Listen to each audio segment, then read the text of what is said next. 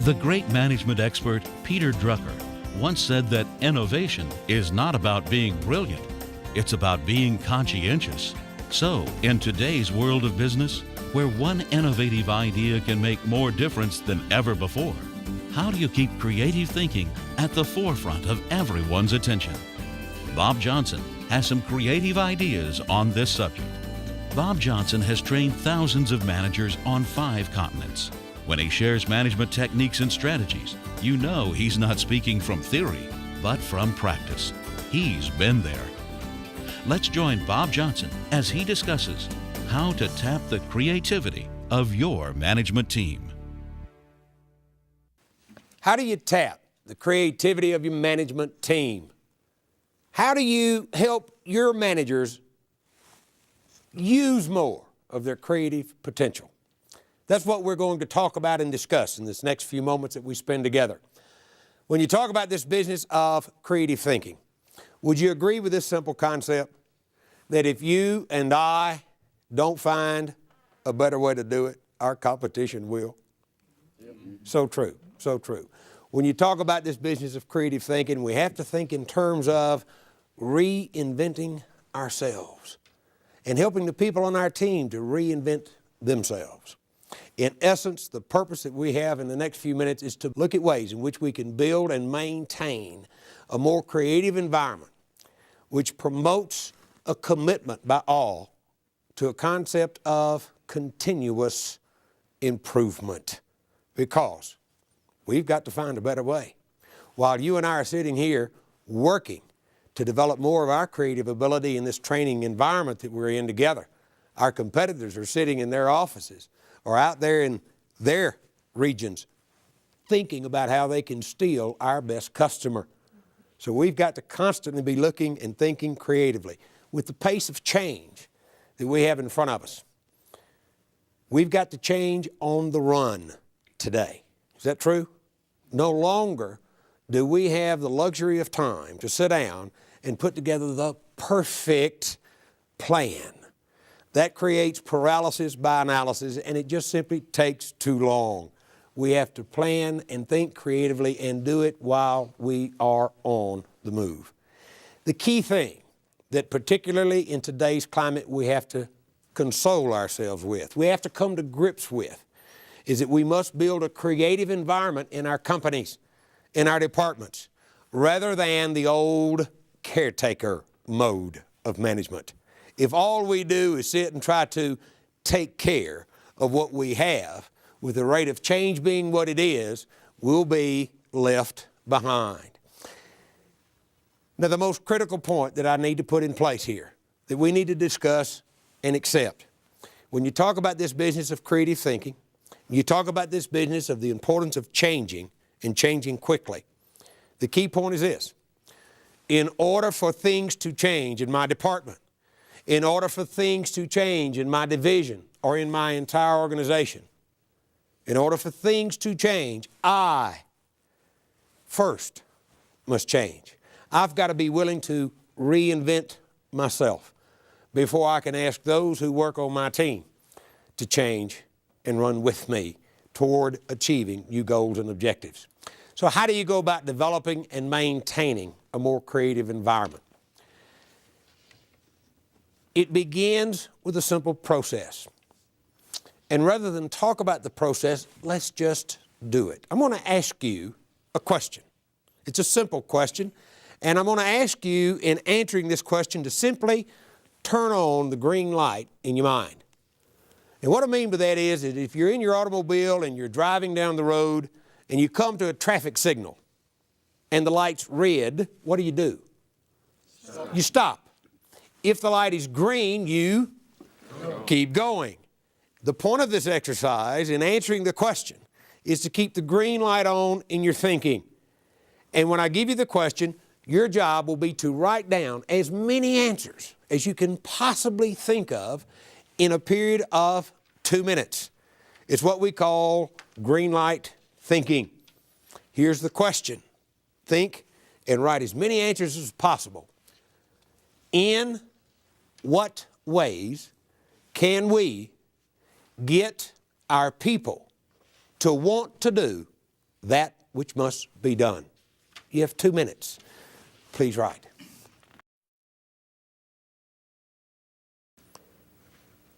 All right, thank you. Pens down now, if you would, please. It's time now to turn the green light off. We're going to turn the red light on. And I'm going to ask you to, with that red light on and with a bit of judicial thinking, go back and look at the ideas you've just jotted down. And if you would, please, in your opinion, what are the best 2 ideas that you've put on your list? And simply put a tick mark beside what you believe to be the best 2 ideas you have. Would you do that, please? All right, thank you. Thank you. Now, what I'll ask you to do, it's now time to select a table leader. And this is a lot of fun. We do it by democratic approach. Would everybody take your finger and hold it up in the air just like this? When I'm going to count to 3. I'll say 1, 2, 3, point. And when I do that, point to the person at your table who's going to be your table leader. 1, 2, 3, point.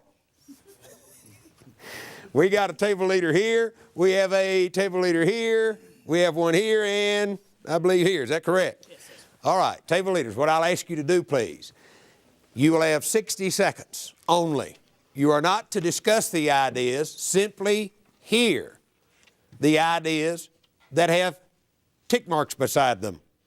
And you will consolidate the list. Now then, before you begin, the least number of ideas that you could possibly come up with at the table is 2. That's assuming that everybody had ticked the same identical 2 ideas. You could not have less than 2. You could not possibly have more than 8 because there are 4 to the team. So 2 times 4 makes 8 if you all had different ideas. Table leaders, you eliminate duplication as we go. You have 60 seconds, table leaders. Consolidate the ideas. Thank you. What I'd like to do now is to hear, table leaders, what you've come up with, and I'll ask someone to start it off. And when you hear an idea, table leaders, if someone from another group reads an idea that's also on your list, just cross it off your list and we will eliminate duplication as we go. Someone start me off. Who has an idea? Empowerment. Empower them. This process, as you will see, this process we're working on right now in itself will take a giant step forward in empowering the people that work for us. Another one. Yes, sir. Provide a productive environment. Create a productive environment, a positive environment, a win-win environment. Thank you. Another. Yes. Management support. Management support. Let them know that you're there to support, to encourage people. Ladies and gentlemen, in asking the questions, what we have just done is collected the very best thinking of this group of people. And sitting in this room are some pretty strong personalities. Is that true? I mean, you don't get into management without having something to say. Is that right? But what we've just done in a brief few moments, in about 6 to 7 minutes, we have collected the very best thinking of this entire group of people, and that happened because of a simple process. It began point A in the process. I ask you a question: in what ways can we get our people to want to do that which must be done? That's the A bit. Ask the question. In what ways? The question is not how can we, but in what ways can we? That's the question. The B part, I ask you then to jot down your best thinking and put a tick mark beside your 2 best ideas. And having done that, we took a look and did item C, in which I ask you to consolidate those ideas and come up with a list at the table level. So the 3 steps that you take at this point in the process: A, ask the question, in what ways can we solve the problem? And let people put down their ideas. B, tick their best 2 ideas. And C, consolidate the best thinking of the group. Now then, having done that, we're ready now to move to the next step in this process. We've got the ideas. Could be 6 or 8, could be 10 or 12 ideas that come from the group. Of those, which one's the best? Mine. Which is the best idea? Oh, no, mine. My ideas are better than yours, aren't they? Sure. Oh, he's real easy. He agrees, yeah, my ideas are the best, and you're saying, no, you want to argue about it. And often that's what happens, particularly in management meetings. Is that true? Or team meetings.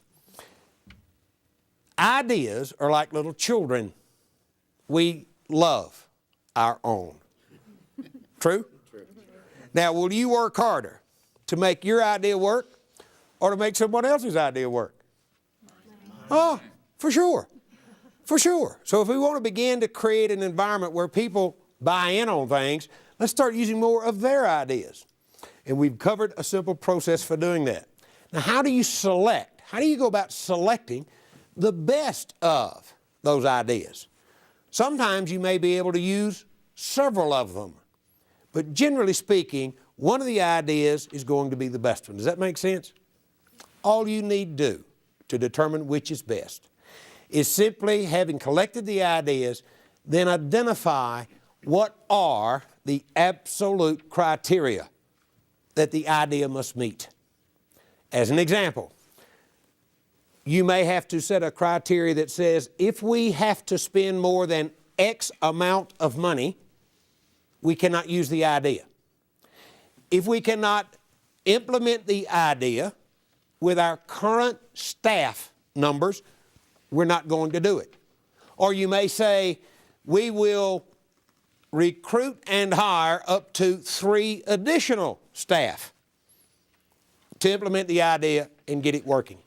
So all you need to do is to take the list of ideas you've come up with and then identify the absolute criteria that they must meet.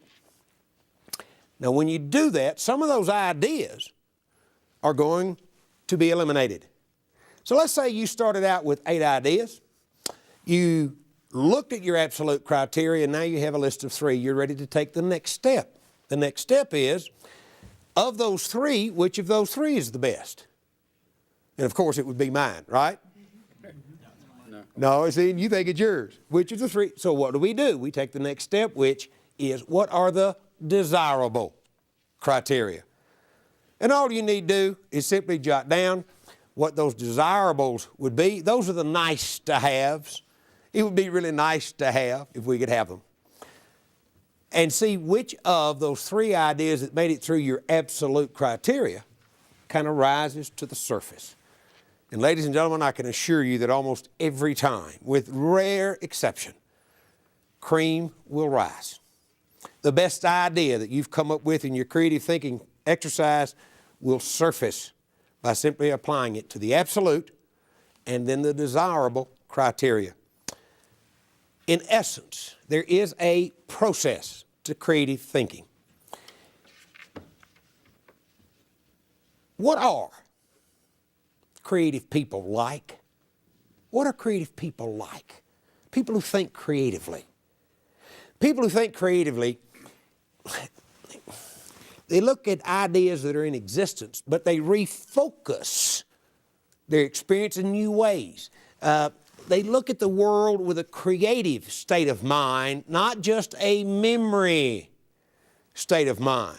You know, the most damaging words in business and industry today: we've always done it this way.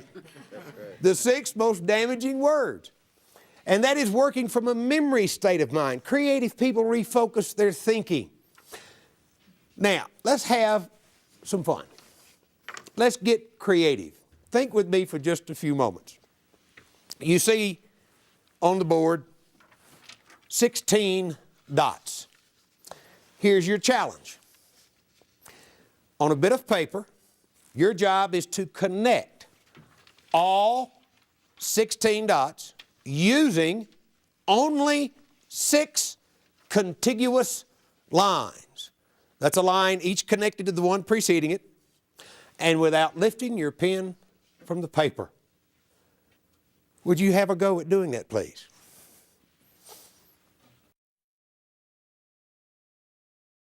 Ladies and gentlemen, as I look around, some have somewhat confined yourself to working within the box. Is that right? there was nothing in the instruction that said you had to stay in a box. Is that right? The only way you can accomplish this, you must get outside of the box. It's a simple little concept that's been around now for many years, and some of you have no doubt have seen it. But the challenge that we face, very simply, is how can I begin to think creatively? Your first line, very simply, has got to come outside the box. Your second line comes outside the box. Your third line, and that's as far as I'm going. I'll let you get creative. I've done it with 3 lines. There are 3 lines yet to draw that'll connect all 16 dots using 6 contiguous lines and without lifting the pen from the paper. It's an exercise that helps us to begin to realize something. It helps us to realize the point we put in place at the beginning of our discussion. If we don't find a better way to do it, our competition will. Turn on the green light, get creative in our thinking, and step outside the box. Don't put ourselves in that memory state of mind box. So let's stop and review for just a moment. In order to get this creative thinking process going, step number 1 is green light thinking. Step 2 is where you select the best of your ideas. Step 3 is you consolidate the best ideas from each member of your team. And step 4, you then choose the best idea. And item A under that, to help you come up with the best choice, is what are the absolute criteria the idea must meet. And step B, what are the desirables that would be nice to have? Now then, there is one remaining step in our 5-step formula. And that is, once we've selected the best idea, how do we sell it? How do we go about gaining acceptance from all those people who've got to implement the strategies, implement the plans, and make the idea a reality? Does that make sense? Sure does. Now guess where we go from here? If you want to sell the idea, why not let's get creative in our thinking and go right back to step number 1 in this process. In what ways can we sell it in and gain acceptance? Would everyone please turn on the green light and write down your best thinking? Would you now put a tick mark beside the best 2 ideas that you believe will enable us to best sell the idea in and gain acceptance of it? Would you then consolidate those ideas, run them through step 4, your absolute and desirable criteria, and guess what you come up with is a plan of attack for going and selling in your idea. This business of creative thinking is fun, it's exciting, it's dynamic. It keeps not only ourselves alive, it keeps our people more alive and more thinking outside the box in terms of in what ways can we achieve our goals and solve our problems. Creative thinking, there are a couple of simple little concepts that will help. In looking at the concept, let's demonstrate it to begin with. You'll notice you have a worksheet in front of you, and it simply has a number of circles on it. Here's the challenge. In 60 seconds, would you please think of as many different round objects as you possibly can and write only one round object per circle on your page and see how many of the circles you can fill up in 60 seconds. Go.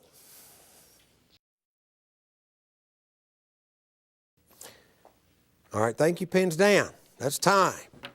Now, would you please quickly count up how many circles did you fill in? Count them up real quick and write your number down on the paper. Let me hear your numbers. What have you got? Shout them out nice and loud. What'd you get? 7.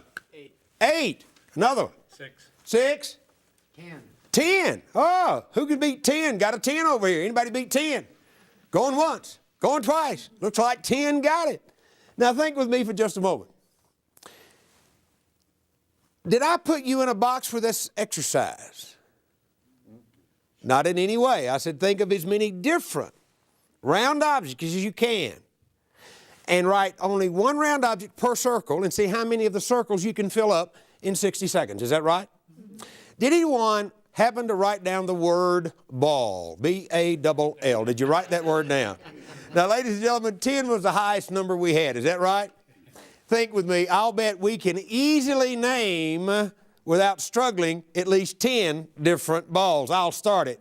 Golf ball, tennis ball, baseball, cricket ball, basketball, football, soccer ball. Oh, somebody wants to take issue with the football. It's round around the middle, isn't it? Now, what's the point of this exercise? It is nothing other than a concept called association and a concept called relatedness.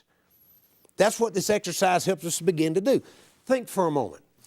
Go mentally right now, mentally, and stand in your kitchen. Open up all the cupboard doors, all right?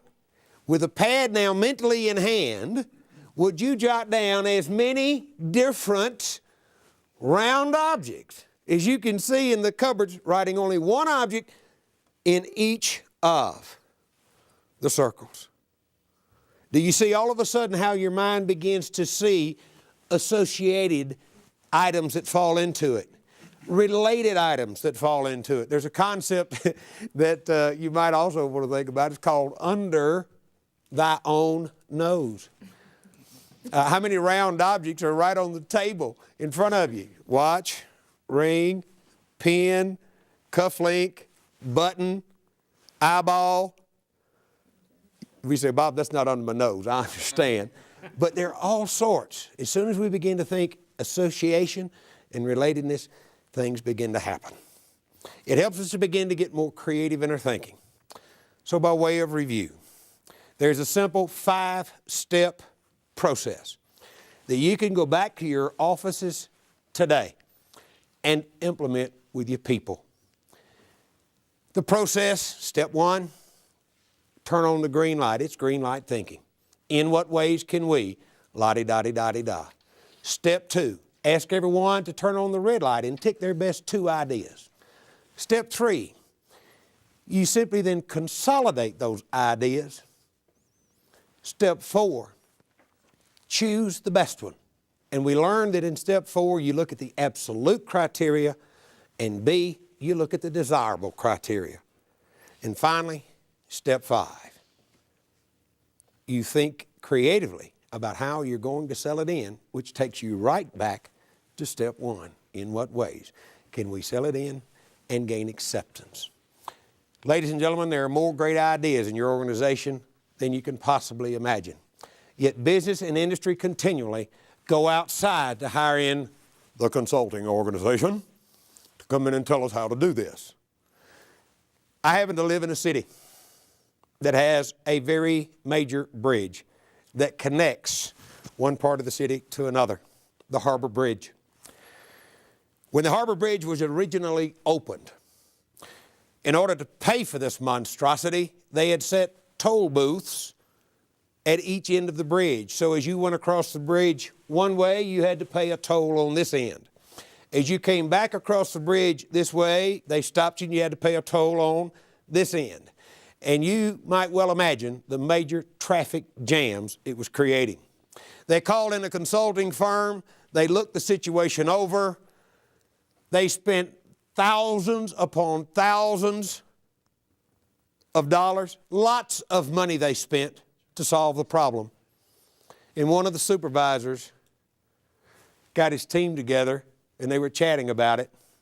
And one of the toll booth collectors said, we're charging X on this end and X on this end of the bridge. Why don't we eliminate one end of the toll booth totally and charge them just Y, X plus X? We charge them the same amount. But now we are only slowing traffic one way, not both ways. A simple little creative idea that changed the traffic flow in a major 4.5 million population city that opened up traffic and got people home from work a lot sooner, as well as into the city a lot sooner. Creative thinking, creative ideas are there in your organization waiting for you to walk in and with a simple process, tap that creative potential, which enables you and I to get a leg up on our competition and give them the challenge of catching us if they can.